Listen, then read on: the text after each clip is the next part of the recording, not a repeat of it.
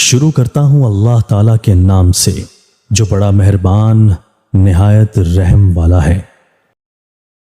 نیت عمل سے بہتر ہے۔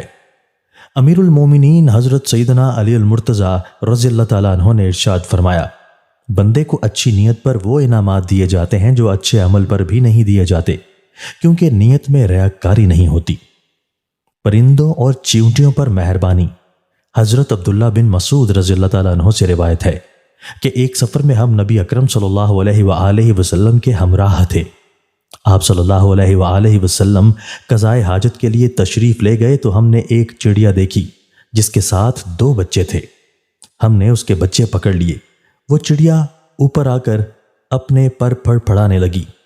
نبی اکرم صلی اللہ علیہ وآلہ وسلم واپس تشریف لے آئے اور یہ منظر دیکھ کر آپ صلی اللہ علیہ وآلہ وسلم نے ارشاد فرمایا، کس نے اس چڑیا سے بچے چھین کر اسے تڑپایا ہے؟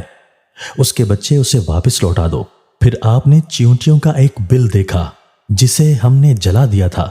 آپ صلی اللہ علیہ وآلہ وسلم نے ارشاد فرمایا، اسے کس نے جلایا ہے؟ ہم عرض گزار ہوئے، ہم نے۔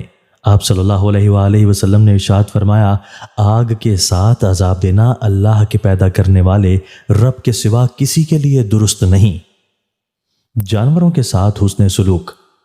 رسول اللہ صلی اللہ علیہ وآلہ وسلم ایک انصاری کے باغ میں تشریف لے گئے تو وہاں موجود ایک اونٹ نے نبی اکرم صلی اللہ علیہ وآلہ وسلم کو دیکھا تو رونے لگا اور اس کی آنکھوں سے آنسو بہنے لگے۔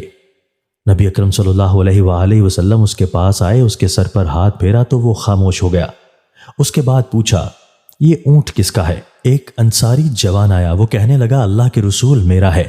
آپ نے فرمایا، کیا تم ان جانوروں کے سلسلے میں جن کا اللہ نے تمہیں مالک بنایا ہے اللہ سے نہیں ڈرتے؟ اس اونٹ نے مجھ سے شکایت کی ہے کہ تو اس کو بھوکا رکھتا ہے، مارتا ہے اور تھکاتا ہے۔ راستہ کی صفائی، جنت کی ہمواری۔ رسول اللہ صلی اللہ علیہ وآلہ وسلم نے فرمایا، میں نے جنت میں ایک شخص کو خوشی سے لوٹ پوٹ ہوتے نعمتوں کے مزے لوٹتے دیکھا، کیونکہ اس نے راستے کے درمیان سے ایک ایسے درخت کو کاٹ دیا تھا جس سے لوگوں کو اذیت پہنچتی تھی۔